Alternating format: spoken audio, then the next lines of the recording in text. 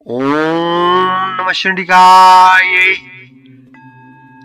श्रीमद् देवी भागवत महापुराण द्वितीय स्कंध का 11वां अध्याय जन्मेजय का राजा बनना और उत्तंक की प्रेरणा से सर्प सत्र करना।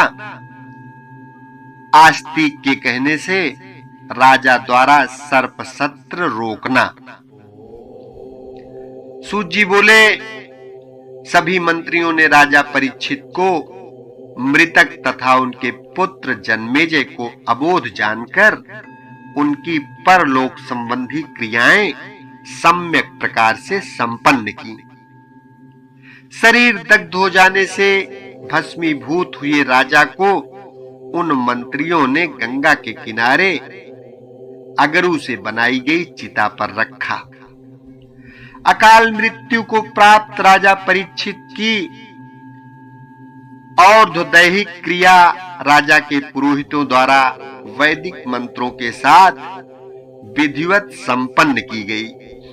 मंत्रियों ने ब्राह्मणों को गायें, सुवर्ण, अनेक प्रकार के अन्न तथा नाना प्रकार के वस्त्र यथोचित रूप से दान में दिए।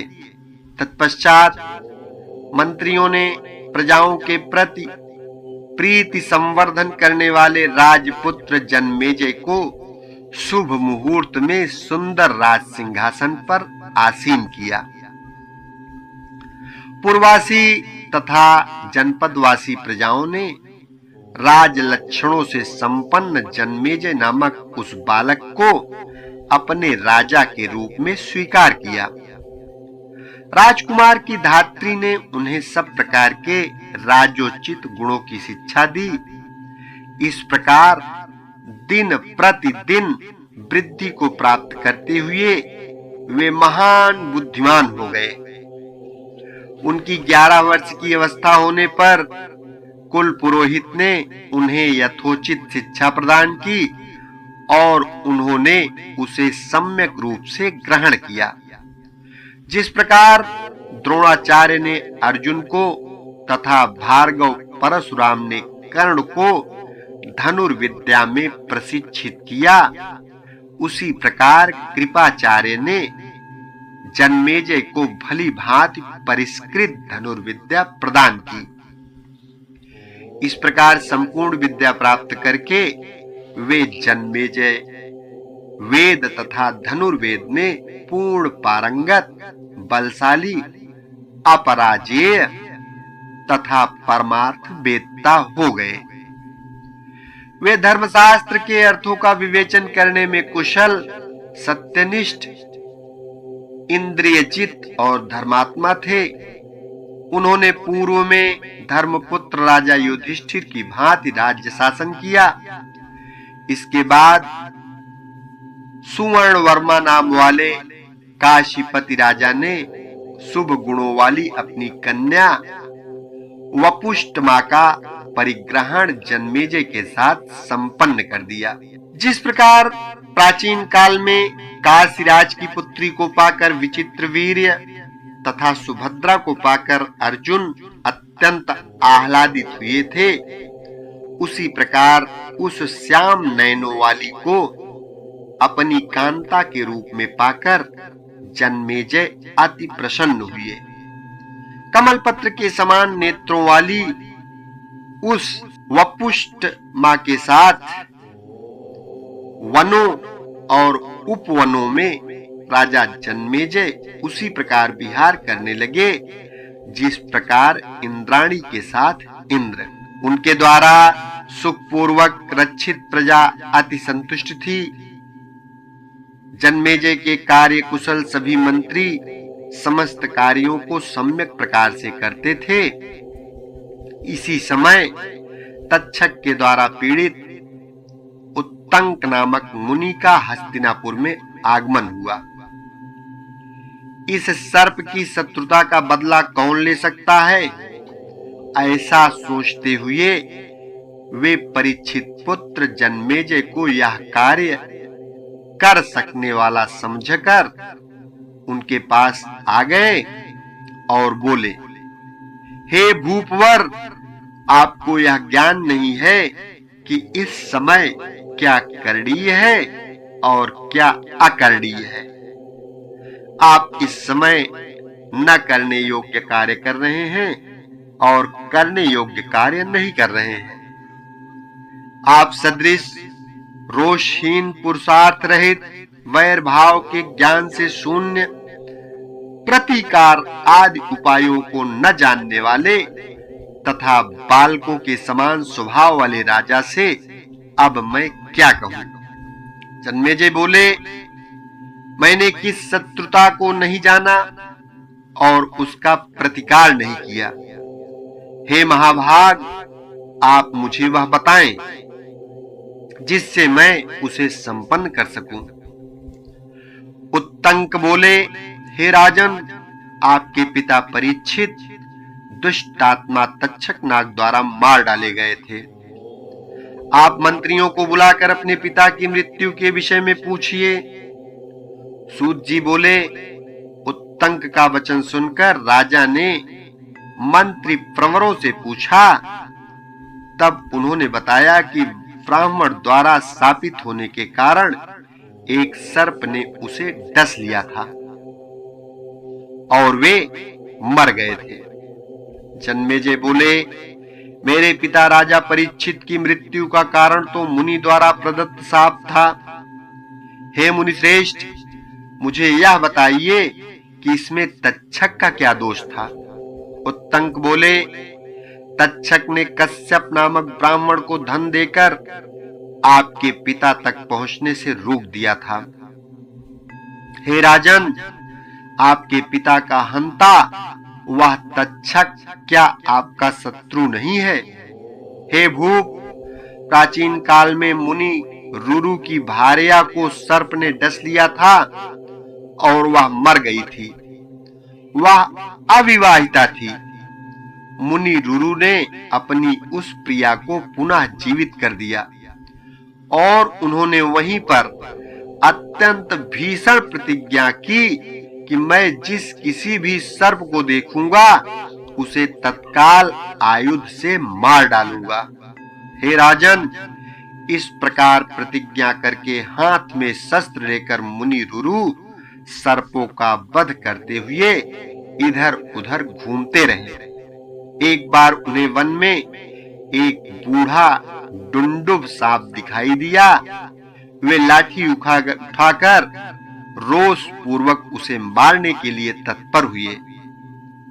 तब डुंडुब ने उन ब्राह्मण से कहा, हे विप्र, मैं आपके प्रति कोई अपराध नहीं कर रहा हूं, तो फिर आप मुझे क्यों मार रहे हैं?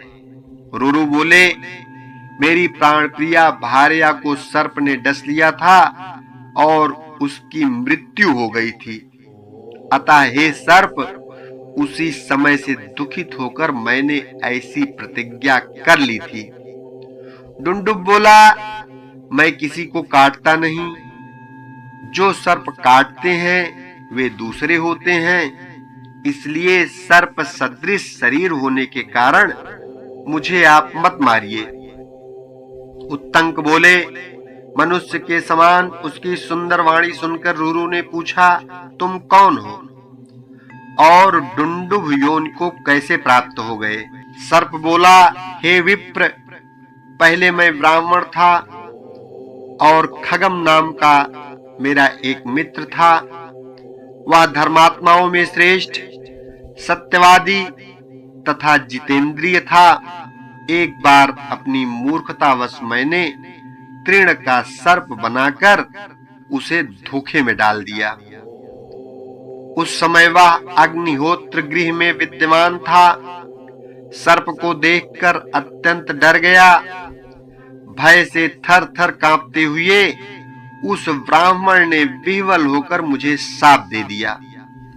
हे मंदबुद्धि, तुमने सर्प दिखाकर मुझे डराया है, अतः तुम सर्प हो जाओ। सर्प रूप में मैंने उस ब्राह्मण की बड़ी प्रार्थना की। तब उस ब्राह्मण ने क्रोध से थोड़ा शांत होने पर मुझसे कहा, हे सर्प, प्रमति पुत्र रुरु तुम्हें इस शाप से मुक्त करेंगे। उन्होंने ये बात स्वयं मुझसे कही थी। मैं वही सर्प हूं और आप रुरु हैं। आप मेरे वचन को ध्यान पूर्वक सुनिए। ब्राह्मणों के लिए अहिंसा परम धर्म है, इसमें संदेह नहीं। अतः विद्वान ब्राह्मण को चाहिए कि वह सर्वत्र दया करे। हे विप्रवर, यज्ञ से अतिरिक्त कहीं भी की गई हिंसा याज्ञ की हिंसा नहीं कही गई है। उत्तंक बोले, तब वह ब्राह्मण सर्प योनि से मुक्त हो गया। इस प्रकार उस ब्राह्मण के शाप का अंत करके रुरु ने भी हिंसा छोड़ दी। उन्होंने मरी हुई उस सुंदरी को पुनः जीवित कर दिया और उसके साथ विवाह कर लिया। हे राजन, उस मुनि ने इस प्रकार शत्रुता का स्मरण करते हुए सभी सर्पों का संहार किया था। परंतु हे भरत श्रेष्ठ, आप तो वैर भूलकर अपने पिता को मारने वाले सर्पों के प्रति क्रोध शून्य बने रहते हैं। आपके पिता स्नान दान किए बिना अंतरिक्ष में ही मर गए। इसलिए हे राजेंद्र, सर्पों का नाश करके आप उनका उद्धार कीजिए। जो पुत्र पिता के शत्रुओं से बदला नहीं लेता, वह जीते हुए भी मृतक तुल्य है। हे नृपश्रेष्ठ, जब तक आप सर्पों का विनाश नहीं करते, तब तक आपके पिता की दुर्गति ही रहेगी। हे महाराज, आप देवी यज्ञ के ब्याज से अपने पिता की शत्रुता का स्मरण करते हुए सर्प सत्र नामक यज्ञ कीजिए। सूत जी बोले, उत्तंक मुनि का यह वचन सुनकर राजा जन्मेजय अत्यंत दुखी हुए और उनके नेत्रों से अश्रुपात होने लगा। वे मन में सोचने लगे, जिसके पिता सर्प से दंशित होकर इस प्रकार दुर्गति को प्राप्त हो, उस मुझ मिथ्याभिमानी तथा दुर्बुद्धि को धिक्कार है। मैं आज ही यज्ञ आरंभ करके प्रज्वलित अग्नि में सर्पों की आहुति देकर अवश्य ही पिता की मृत्यु का बदला लूंगा। सभी मंत्रियों को बुलाकर राजा ने वचन कहा, हे मंत्री प्रवरों, गंगा के किनारे श्रेष्ठ ब्राह्मणों से उत्तम भूमि को माप कराकर आप लोग यथोचित यज्ञ सामग्री का प्रबंध करें। हे मेरे बुद्धिमान मंत्रियों, 100 खंभों वाले एक सुरम्य मंडप का निर्माण कराकर आप लोग उसमें आज ही यज्ञ के लिए वेदी का भी निर्माण संपन्न करा लें।